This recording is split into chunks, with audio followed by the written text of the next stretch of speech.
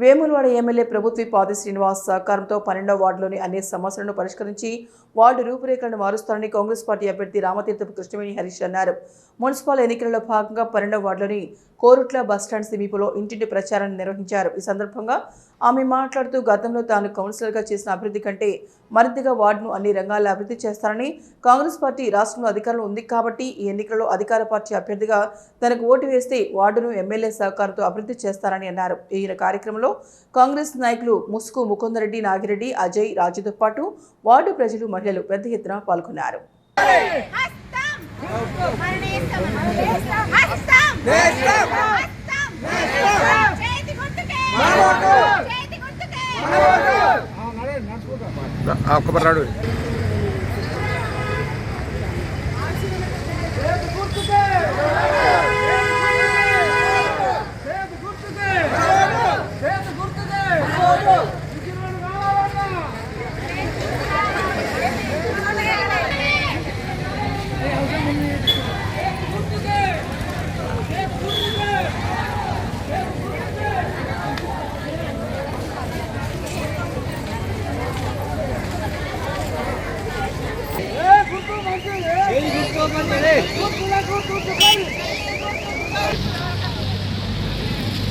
పన్నెండో వార్డు నుంచి నేను మీ ఇంటి ఆడబిడ్డగా కాంగ్రెస్ పార్టీ నుంచి మేము ముందుకు వస్తున్నాను.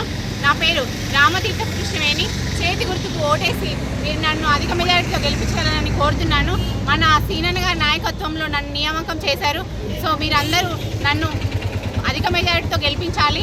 మీరందరూ మన 28 వార్డులను గెలిపిస్తే మన వెమ్లవాడ పట్టణాన్ని ఇంకా రూపుమార్చుకుంటూ మంచిగా మనం తీర్చిదిద్దుకోవచ్చు. ప్లీజ్ మీరందరూ దయచేసి కోఆపరేట్ చేయండి. గతంలో ఏం అభివృద్ధి చేస్తున్నారు?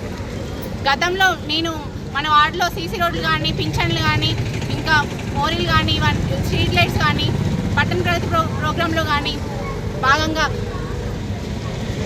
చాలా అభివృద్ధి చేయడం జరిగింది. మరి ఇంకా మమ్మల్ని నియామకం చేసుకుంటే ఇంకా ఉన్నటువంటి సమస్యలు కానీ అవన్నీ కంప్లీట్ చేస్తాము. సో మీరందరూ నన్ను దయచేసి అధిక మెజారిటీతో గెలిపించాలని కోరుతున్నాను.